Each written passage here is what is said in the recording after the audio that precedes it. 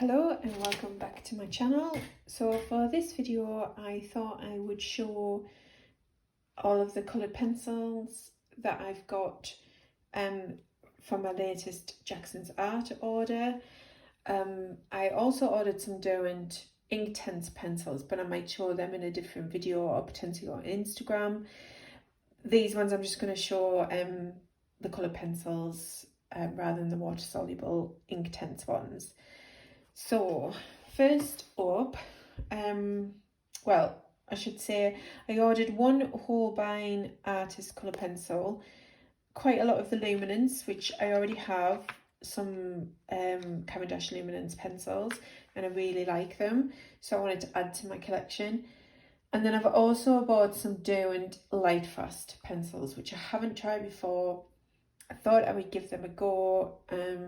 So I've bought some colours that I like in those, and I might add to my collection if I like how they go. So first up is this gorgeous looking luminance red colour by Holbein, which is as gorgeous as it looks, and that is really bright and will be perfect for sketchbook work. I don't think it shows maybe as bright on the camera. I'm going to put the light on. I'm sorry, I'm back. I'm going to put the light on. But yeah, that's really bright. That's lovely. So we'll do these luminance. So first up, we will do, this is sepia.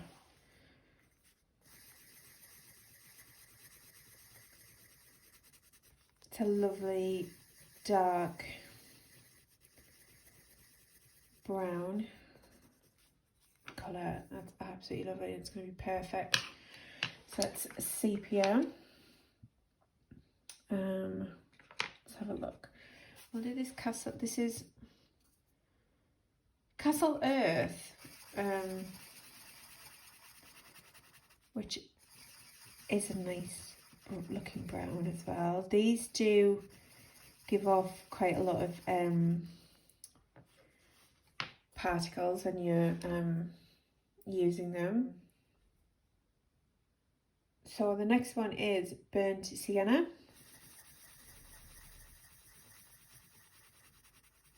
which is a lovely, that's a nice burnt sienna. I wanted these because I'm doing a lot of landscape work in my sketchbook, so if you follow me on Instagram you'll have probably seen a few of the things I've been doing. This is chromium oxide green, so I was just trying to read it on that. It's a nice colour. It's like almost like an olive type colour. It's nice. And then we've got malachite green, which is like a teal type green.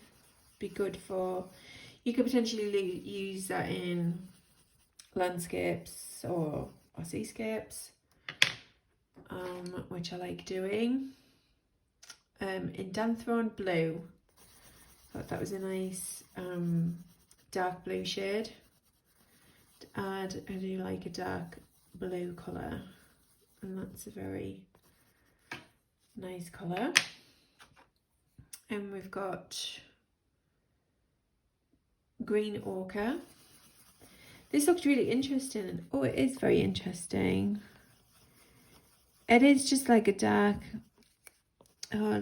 yellow ochre, but has a slight green tinge to it, which is nice. Not overly green, which is good. And then we've got Indian yellow, so just a more bright green. I don't know if I'll use this one much, but not a bright green, a bright yellow even. Don't know how much I'll use it, but I wanted sort of a brighter yellow colour. And then we've got raw umber 10%, which is like a beige grey colour, which will be nice for layering. So they are the Caran d'Ache Luminance, so I'll label them up and come back. Right, I've labelled all of those up. So I've got the Holbein Luminous Red, which you can't see how bright it is, but it is very bright, and I really like that. It'd be lovely in sketchbook work. And then we've got the Caran d'Ache Luminance colours, make quite a nice colour palette there together. So we've got Sepia, Castle Earth, Burnt Sienna, Chromium Oxide Green, Malachite Green, Indanthrone Blue, Green Ochre, Indian Yellow and Raw Umber 10%, which is really nice. So now I'm going to look at these Derwent Lightfast pencils, which I've not used before. So I'll be interested to see how they compare to the Luminance ones. Let's see, let's have a look. What shall we start with? Let's do this one. So we've got Midnight Black. Oh, they're slightly smoother in texture, but I really, oh, that's a lovely colour. It's like a very, very, it's a black with a very slight tone of blue to it. Got Ocean Blue. To be honest, it's not that much difference between, I would say, maybe the texture of the Lightfast and the Luminance. These don't seem to give off as much, like when you use them, give off as many like much pigment particles, or whatever you want to call it, whereas the Luminance seem to. So you either need to obviously be very careful when you wiping away or getting rid of them, so you don't smudge it all over your page. That's Ocean Blue.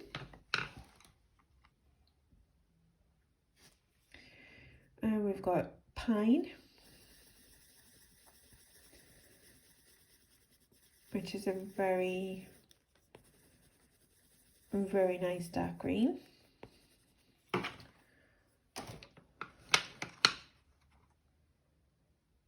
Spruce Green. Not slightly lighter than the Pine. Not that much in it though, but it's a lovely colour.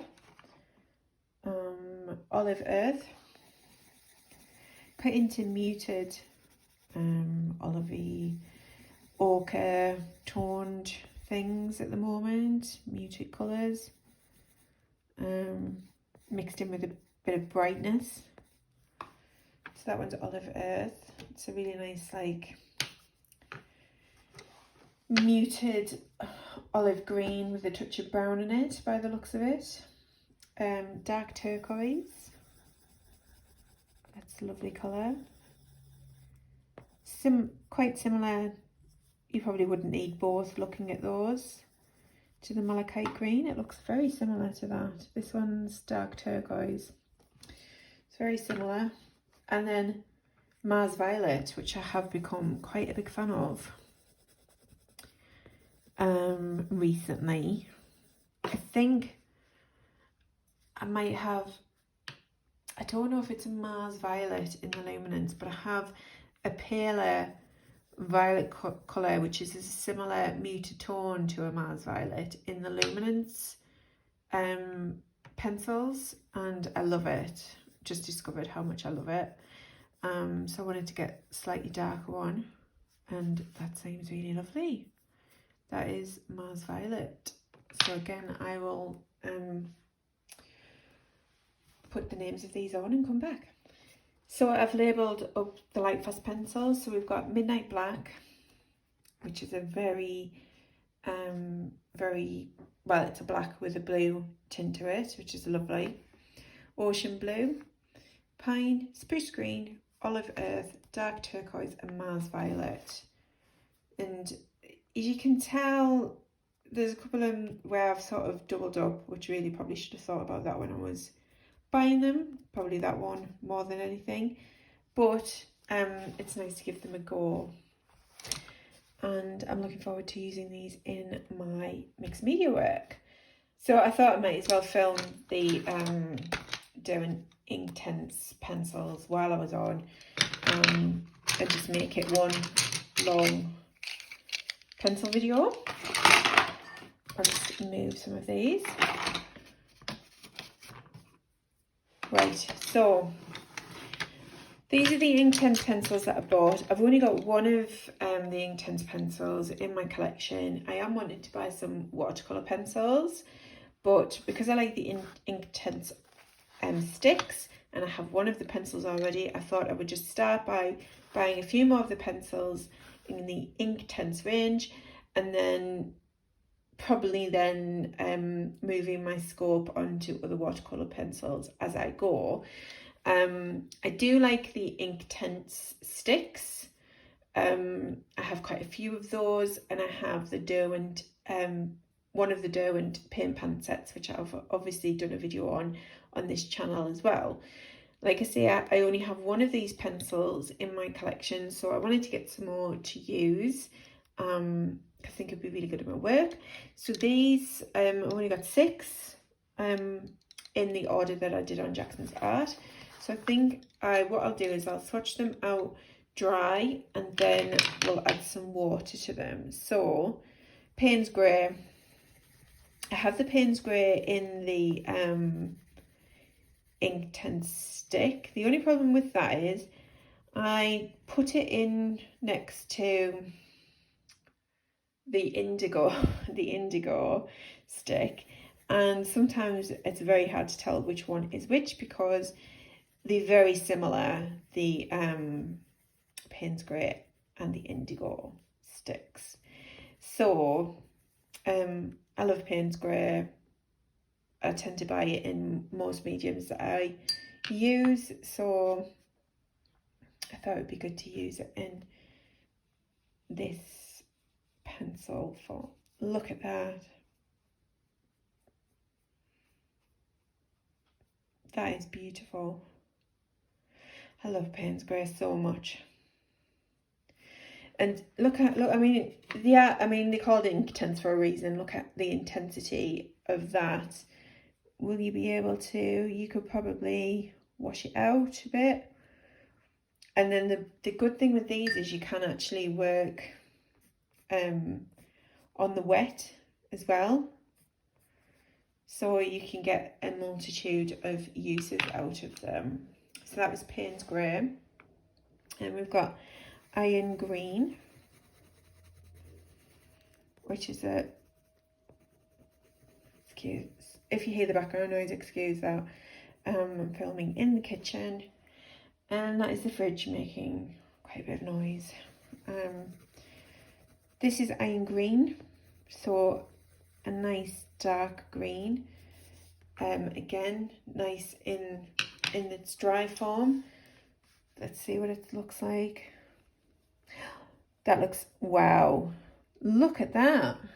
It looks completely different to in its dry form,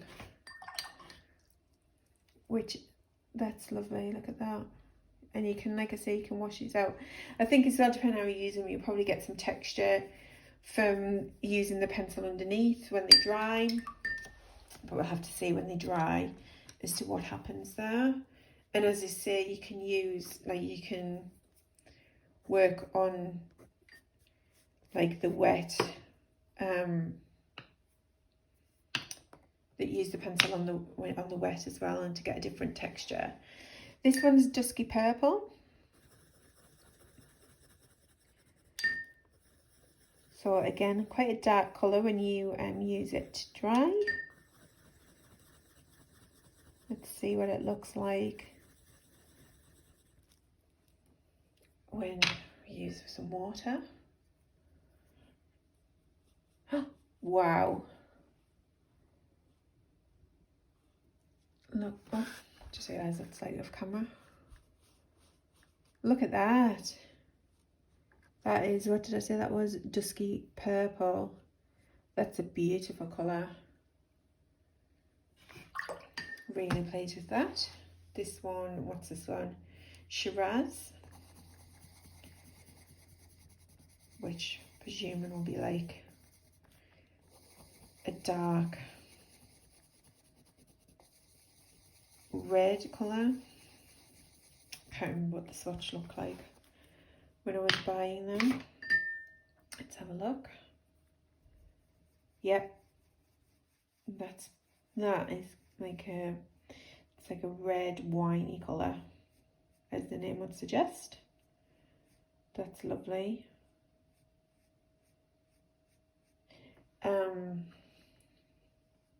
Yeah, these are gorgeous. Absolutely gorgeous. Right, mid vermilion.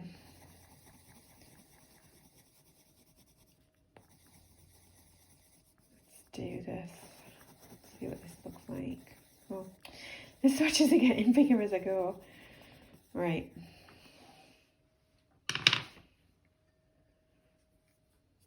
Oh, clean the brush properly. That's lovely. That's an Inktense colour. Lovely, like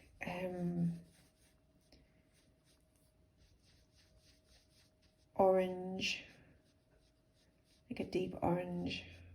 That's gorgeous. And then lastly, red oxide.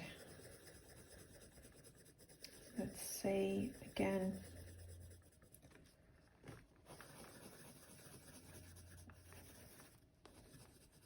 Swatches are getting bigger as I go.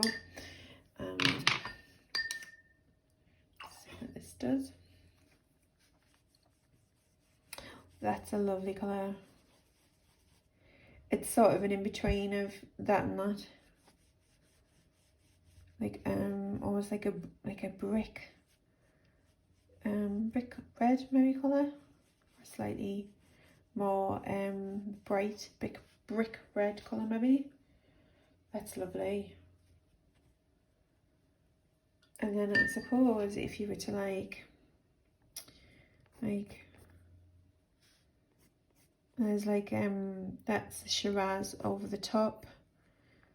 The Shiraz over the top. So you can obviously put different. Let's see what the Payne's Grey looks like.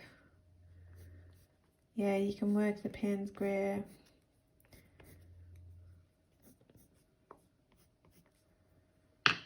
Very good to work on top with.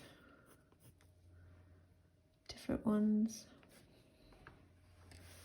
Yeah, really like them. Right, I'll label them up. So here they are labelled up. You've got Payne's Grey, Iron Green, Dusky Purple, Shiraz, Mid Vermilion, and Red Oxide. And as obviously I was showing you, I've worked on the top with various things, and they dry quite quickly down, which is lovely. And I think these will give lovely texture to my mixed media sketchbook work. Right, I'll see you in the next video. Bye bye.